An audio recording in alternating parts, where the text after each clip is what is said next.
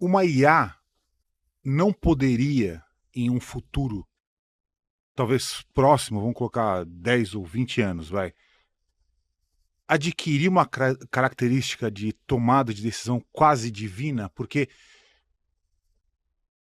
qual que seria, né, uma capacidade divina? Seria ela conseguir enxergar todas as probabilidades de um possível evento em tempo real, que é o que o ser humano tem dificuldade de fazer. A gente consegue calcular uma, duas, três alternativas no máximo para um problema, né, para um desafio. Uma IA avançada, ela poderia calcular probabilidades praticamente infinitas Uhum. dentro de um cálculo algoritmo complexo, em que aí ela poderia avaliar todos os cenários possíveis e encontrar a solução mais viável, com menos dano possível, Uhum. por exemplo, a priorizar a vida humana. Que essa seria a decisão divina. Uhum. Né? Ou você sacrifica uma pessoa que está do seu lado, ou você sacrifica uma família inteira dentro de um carro por conta de um movimento. Então, a IA poderia chegar nesse ponto, nesse momento. É, Então, de calcular numa velocidade quase em tempo real, que é o que Deus faria, por conta da onipresença e da ausência de tempo para Deus. Porque uhum. a gente precisa de um tempo para pensar aqui.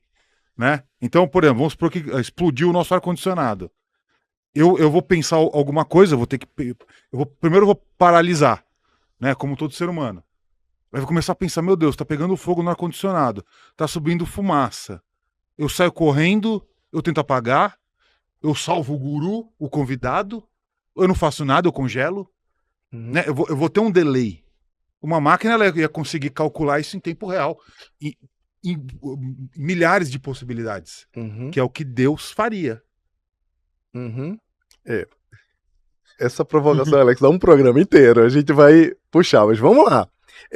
Tem uma mensagem de Emmanuel que fala que Deus enxerga a vida e a todos sob todos os ângulos, que é exatamente o que você está falando, que é Deus ele consegue olhar e observar qualquer coisa, porque ele olha por todos os ângulos, ele não pratica o julgamento e ele não olha para cada um de nós de forma diferenciada. Não Uhum. importa o teu passado, não importa o teu presente, você é igual, é uma criatura igual a qualquer um outro.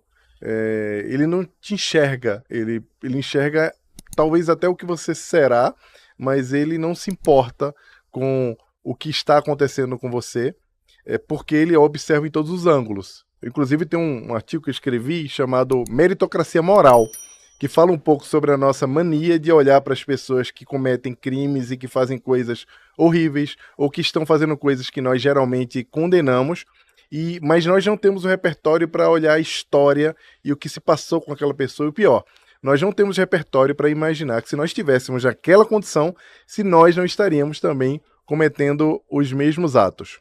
A questão da IA em se transformar numa divindade, na possibilidade de olhar todos os ângulos, certamente ela conseguiria fazer essa tomada de decisão. Mas tem um outro processo de tomada de decisão divina, e aí eu vou usar agora o que existe nas próprias escrituras para responder um pouco sobre isso, é que Deus não age de forma utilitarista. Na história que a gente observa, contada pelas tradições judaico e cristãs, a gente não vê um Deus que é utilitarista. A gente não vê um Deus que é capaz de salvar. Uma pessoa pode sobreviver e uma família inteira morrer. Simplesmente porque a forma como nós olhamos a meritocracia, como eu falei, o utilitarismo e o universalismo são completamente diferentes da forma como Deus olha isso. Por exemplo, se aqui o guru ele tem uma grande tarefa para realizar para frente, que nós não sabemos qual é essa tarefa, talvez de levar o esclarecimento, levar a luz para as pessoas que não conseguem enxergar coisas importantes, e talvez, se acontecesse alguma eventualidade, nesse utilitarismo ou no universalismo, ou na forma como o que os evangélicos inclusive chamam de graça, Deus tomaria a decisão a partir do projeto que ele tem para aquele grupo de pessoas, digamos assim. Daí ele não enxergaria o utilitarismo do eu vou fazer com que o bebê e a mãe se salvem ou o motorista. Partindo do ponto de vista econômico, falando em IA, eu provavelmente não pegaria um táxi, um Uber, um 99, o que for, que eu tivesse certeza que na hora de tomar uma decisão, ele não tomasse uma decisão pela minha segurança. Porque na hora da segurança, nós não vamos agir com o utilitarismo, que é eu vou salvar 2 pessoas ou vou salvar uma. É muito fácil tomar essa decisão. Quando você olha, se são pessoas desconhecidas. Se você olha lá, se você vai deixar... Faz de conta que você é um motorista. Você vai ferir o seu passageiro ou uma mãe com uma criança no carro de bebê. Aí você, peraí, eu posso me ferir também, eu vou salvar a gente. Mas se aquela mãe e o carro de bebê for o seu filho e a sua mãe, ou você mesmo, criança, e a sua esposa, o que você faria? Muda tudo. É o conceito do utilitarismo e do universalismo. Quando não há emoção, quando não há um envolvimento, a gente não tem capacidade de tomar essa decisão. A IA, por mais que ela tenha o potencial de olhar todos os ângulos, dificilmente ela teria a capacidade de olhar um repertório de plano divino para a nossa vida. Como nós estamos falando em espiritualidade e em conceitos que envolvem o passado, o futuro e inclusive as realidades paralelas, a gente tem que levar em consideração que um algoritmo, sozinho, sem uma intervenção espiritual nele próprio, não teria capacidade de tomar decisões que estejam relacionadas a quem governa essas realidades múltiplas, que é um Deus único. É complicado, é complexo o negócio, porque é uma conversa que não tem certo nem errado, mas é complexo, né? Já disse você quer completar, né? Quero, mas pode falar para você não esquecer. Não, tem já disse o Bill Gates, né, que todo mundo conhece aí, que ele falou que, por exemplo, professores não vão mais existir, porque se você pegar o ChatGPT, eu peguei o ChatGPT e tirei uma foto da lição do meu filho, ele resolve tudo em 1 milésimo de segundo. Eu falei, nossa, isso é o capeta e uma bênção ao mesmo tempo, porque é uma delícia. Você tem uma lição ali razoavelmente complexa, ele preenche tudo na hora e não vai faltar, não vai reclamar, é o melhor funcionário do mundo. Barato, porque quanto custa o ChatGPT? Não, na verdade custa caro. Custa caro? É que pro indivíduo que compra, que somos nós, é baratinho. É barato. Se fosse pro empresarial é caro. É, sim. Tá. É espantoso, né? E aí, na Alemanha, colocaram uma IA para rezar uma missa, que deu uma baita de uma polêmica. O que você tem a falar sobre isso? Você acha que todo mundo vai ter que receber um salário base e os robôs vão ficar dominando, como o Bill Gates previu, ou não? Rapaz, o que eu sei é que nós estamos vivendo o início da era da inteligência artificial. Nós estamos no estágio 1, que é o estágio simplificado, básico, digamos assim. Tem o estágio 2, né, que é o estágio que a IA vai dar um salto, que é o chamado inteligente, e tem o estágio 3, que é o super inteligente, quando vai acontecer a singularidade. A singularidade é quando a máquina vai se tornar mais inteligente do que o homem, ou seja, ela vai ultrapassar a humanidade em conhecimento, e a partir disso vai ter capacidade de tomar decisões, e há quem fale, inclusive, em sentir emoções, que eu pouco acredito, e nós vamos falar um pouco sobre isso depois. A substituição sempre vai acontecer quando chega uma nova tecnologia. Eu estava conversando com um amigo meu que estuda transcomunicação, Luiz Hu, que faz um trabalho belíssimo de IA, né, com vários livros, e ele estava contando que quando surgiu a fotografia, nós imaginávamos que a pintura de pessoas iria sumir completamente. E, de fato, os artistas iriam sumir, não é a pintura, mas os artistas. Os artistas se adaptaram, criaram videogames, começaram a fazer outro tipo de coisas, painéis, eles se adaptaram. Toda vez que uma tecnologia surge, ela nos assusta muito. Claro, estamos diante da maior revolução tecnológica da história da humanidade, uma corrida enorme das gigantes digitais para ver quem vai dominar esse mercado, essa vida. Claro que algumas profissões vão deixar de existir e elas já estão deixando de existir. Mas outras coisas também vão surgindo. Eu sempre penso que nós, com as atividades operacionais, temos duas possibilidades temos 2 caminhos. Inclusive, esses caminhos é que eu vou estudar agora no meu doutorado, que é o quanto o uso da inteligência artificial emburrece ou potencializa a inteligência. O quanto ela desenvolve as emoções ou nos torna incapazes. Eu tenho um amigo, Guru Alex, que ele não manda mais mensagem nenhuma em grupo sem antes submeter a mensagem no chat GPT para ele corrigir, e não é o português não, é para deixar a mensagem mais agradável, e a mensagem chega um pouco robotizada. E eu fico pensando, se a pessoa estiver viciada em só se comunicar usando uma suavização da IA, talvez ela daqui a pouco tenha a incapacidade de se comunicar com as pessoas de uma forma suave. Natural, É aquela história quando a gente vai falar lá com as nossas IAs, a Alexa, essas coisas que a gente fala de uma forma sem pedir por favor, sem pedir com educação alguma. Não há problema nisso, que é uma máquina. Mas já pensou se a gente se vicia em falar com as pessoas da forma como nós falamos com a máquina? A minha filha tem 3 anos, ela aprendeu a falar Alexa primeiro do que a falar vovô e vovó. Ela vai desenvolver uma intimidade com a inteligência artificial muito maior do que intimidade com alguns seres humanos.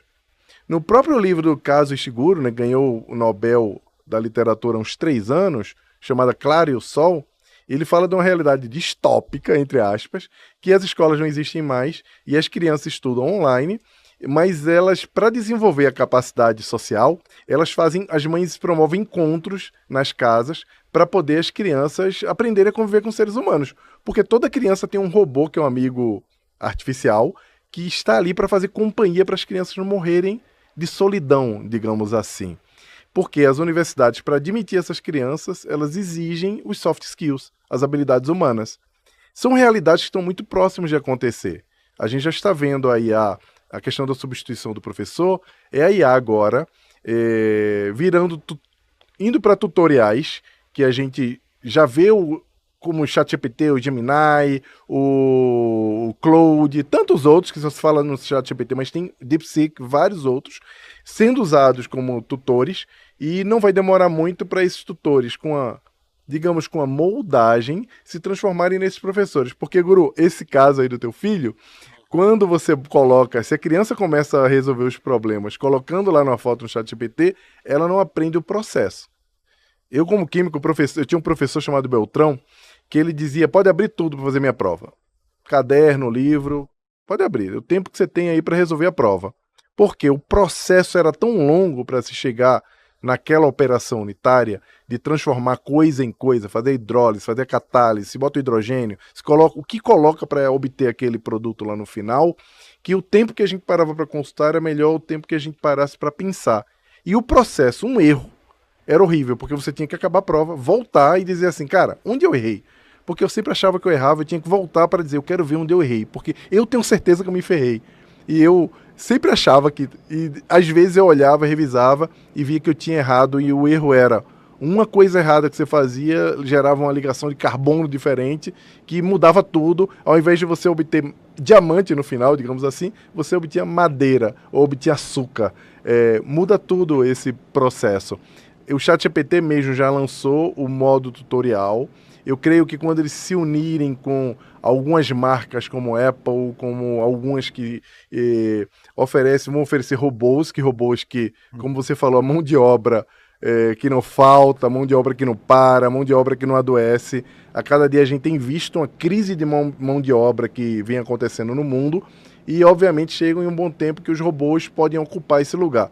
Eu não tenho medo que os robôs ocupem esse espaço de atividades, digamos, mecânicas. Repetitivas. O meu medo é que ele ocupe o lugar da divindade, o lugar do psicólogo, o lugar do amigo. Isso talvez... Que é o que já acontece. Já acontece, Alex. Já acontece, 100%. As conversas, né? Uhum. E eu queria, agora, quando você falou, né, na sua resposta anterior, sobre o dilema moral, eu tenho um dilema moral que eu acho interessante, que eu vi há muitos anos atrás, e que faz total sentido, eu vou até colocar aqui pra gente debater, né? Que, vamos supor que a gente tá atravessando a rua, eu, né, tô atravessando a rua, ou o Guru, ou você, e aí você tá atravessando a rua junto com seu pai e com seu filho. Aí, você tá um pouco atrás, seu pai e seu filho estão na frente atravessando a rua. Seu filho deve ter, sei lá, uns 10 anos, seu pai tem 60 anos.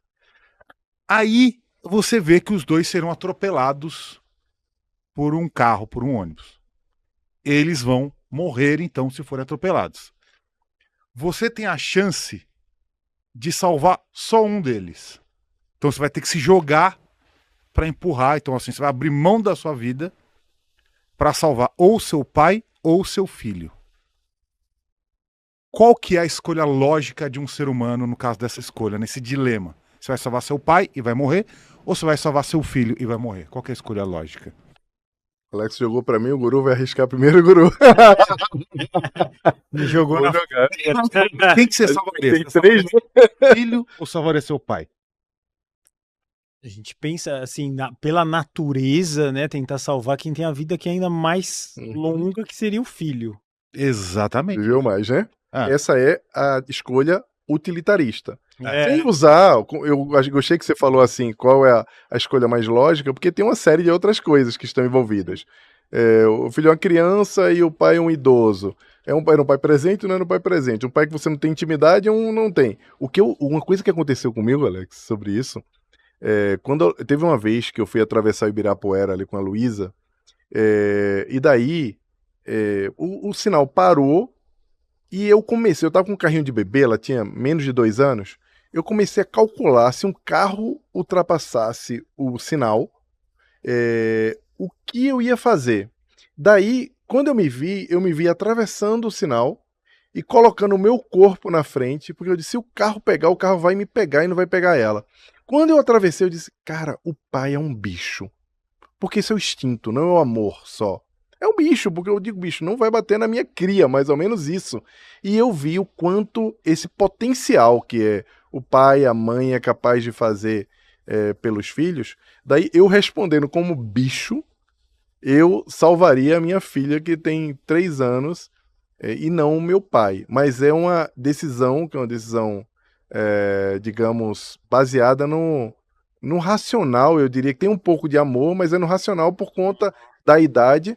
Mas eu não tiraria aqui o elemento emocional também, emocional e instintivo, né? De você tem pelo teu filho, que por ser a tua cria, digamos, essa coisa que a gente herda do reino animal ainda, que é essa superproteção. O que acontece? Por que eu fiz porque eu fiz essa pergunta pro ChatGPT. Eu falei, se você pudesse escolher qual vida você salvaria? Então, é muito interessante, porque no final ele coloca, eu salvaria a criança, ele coloca, né? Porque, quer ver, ó, se eu, com uma consciência espiritual, pudesse escolher, além da lógica, eu diria salvar o filho, pois aí ele não teve a oportunidade de viver plenamente a vida que lhe foi confiada. Mas ele coloca várias, ele colocou 4 parâmetros aqui, ó. Primeiro, ter uma visão racional e biológica. Sobre uma lente puramente racional, eu escolheria o filho, né? Porque ele tem a vida pela frente. Sobre uma visão espiritual e ancestral, eu escolheria o pai, porque eu estou honrando a raiz. Tá vendo? Sobre uma visão ética de consciência, o que ele coloca aqui? O verdadeiro de moral não é quem vive, mas quem o homem decide ser diante do sofrimento. Se ele escolher o pai, ele faz pela gratidão. Se ele escolhe o filho, ele faz por amor. Enfim, é muito interessante, mas no final ele fala, eu escolheria salvar o filho. Ele coloca. Por que eu acho que isso aqui é interessante, né? Porque, na verdade, a linguística da inteligência artificial, ela é uma reprodução muito fiel, muito próxima do que é o pensamento humano, né? E esse dilema que eu coloquei, eu vi de um estudo que foi feito, acho que há mais de 20 anos atrás, em que instintivamente o ser humano sempre vai priorizar aquele indivíduo que tem mais vida pela frente. É sempre assim. Posso fazer uma provocação, então? Vamos lá. Vamos falar que esse pai seria... Vamos escolher aqui uma figura... Sei lá, uma figura humana... Tá, vamos dizer que ele é o Albert Sabin. E que ele ainda não descobriu a vacina que vai erradicar a paralisia infantil.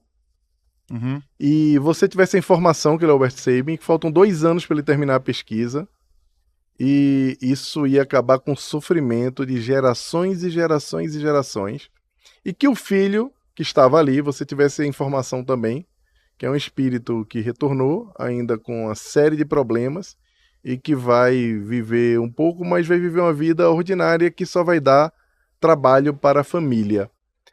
Se você fosse tomar essa decisão, ou falando para o ChatGPT falando isso, a gente pode até botar aí no áudio para ele responder, o que ele responderia? Não é uma ou seja, lembra da história do Deus observa todos os ângulos? Como Deus não se submete ao nosso tempo, nem a espiritualidade tem o mesmo, ele não está nem aqui, nem no passado, ele simplesmente é, ele habita o futuro, o passado e o presente. Os ângulos, as observações angulares que ele tem da vida, seriam capazes de fazer com que ele decidisse quem deveria ali morrer.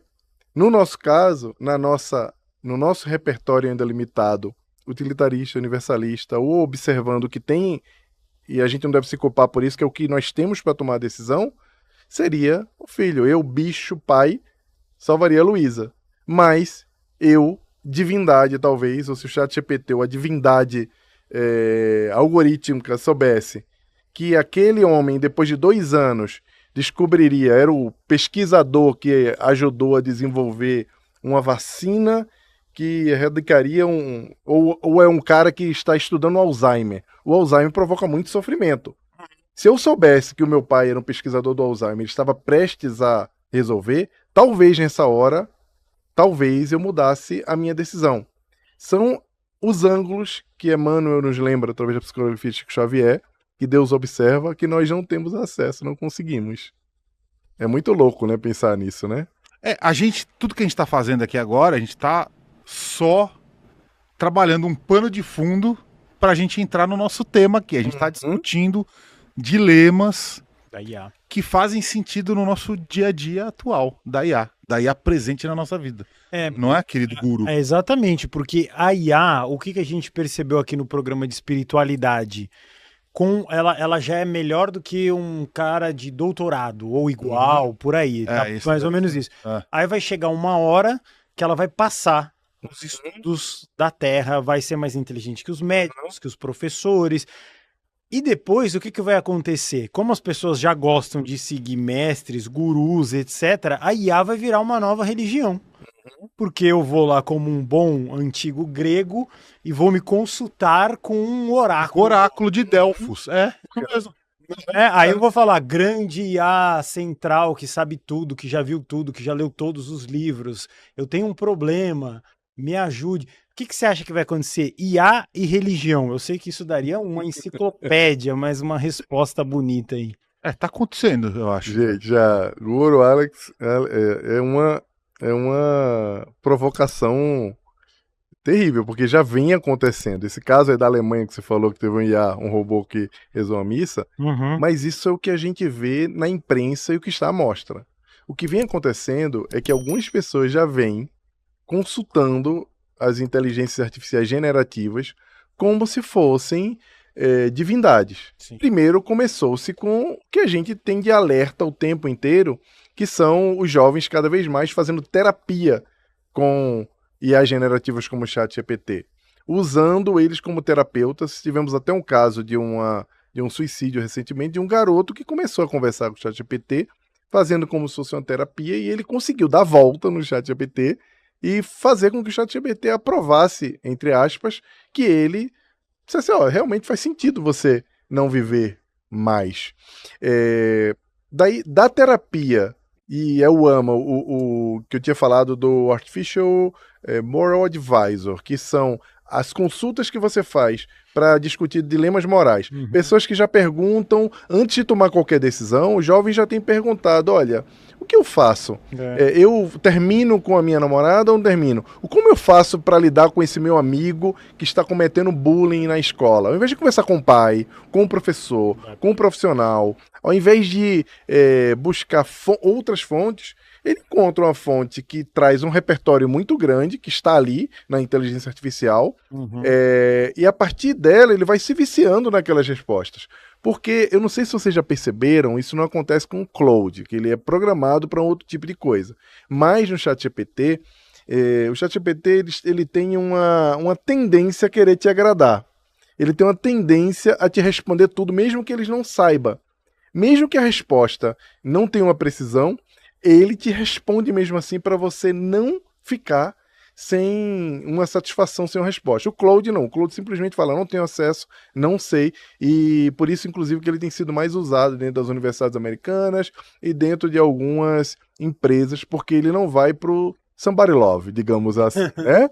E de partir de um advisor para tomada de decisões ou terapia para uma divindade é um pulo. Quer ver?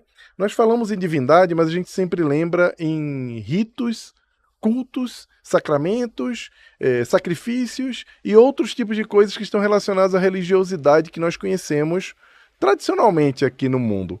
Mas quando a gente fala em religiosidade no contexto da palavra religare, que faz com que nós nos conectemos com o sagrado, digamos que essa intermediação para se conectar com as divindades é alguma coisa muito antiga. Por exemplo, vou usar da cultura judaica, existia lá no templo a área reservada que só o sacerdote chefe, né, o sumo sacerdote podia ir lá falar com Deus e depois trazia as suas impressões para a comunidade judaica. Sempre existia um intermediário. Você pode usar objetos, por exemplo, como cristais, como coisas que conectam você a algum tipo de energia. O tarô, os oráculos, as adivinhações, tudo isso, oráculo, adivinhação com o tarô já vem acontecendo com as IAs generativas. Não deixam de ser um contato com algum tipo de divindade, digamos assim, me apropriando dessa palavra para explicar que existe uma conexão com o sobrenatural, com o espiritual, com o sagrado, por meio das IAs. O que acontece é que quando você começa a substituir a tua experiência espiritual, tua experiência com o sagrado, para uma relação com o algoritmo, para uma relação com, digamos, para um conjunto de dados que ali estão trazendo informações para você, isso pode ser perigoso, como criar fanáticos digitais, que vem já acontecendo. Não sei se vocês viram, mas já existem seitas todas fundamentadas numa divindade digital que está dentro de uma IA e pessoas que se viciam tanto nessa relação que elas inclusive abandonam o trabalho junto às suas próprias religiões. Eu tenho um conhecido que ele parou de frequentar a igreja, ele é evangélico, porque ele encontrou todo o conforto usando um site chamado Chat with God, que nada mais é do que uma simulação de Deus programada para falar como se fosse Deus, para trazer a partir daquela perspectiva religiosa X, como Deus orientaria você. E é muito tentador ter um Deus individual 24 horas por dia dizendo tudo o que você precisa saber. A questão é nós termos a sabedoria para sabermos o quanto aquilo ali é uma ferramenta de aprendizagem, de aprofundamento no conhecimento da divindade e das escrituras ou da fundamentação religiosa, e o quanto aquilo ali serve de conforto e de conexão. Daí, da IA para um objeto, isso tem várias nuances que a gente pode explorar também.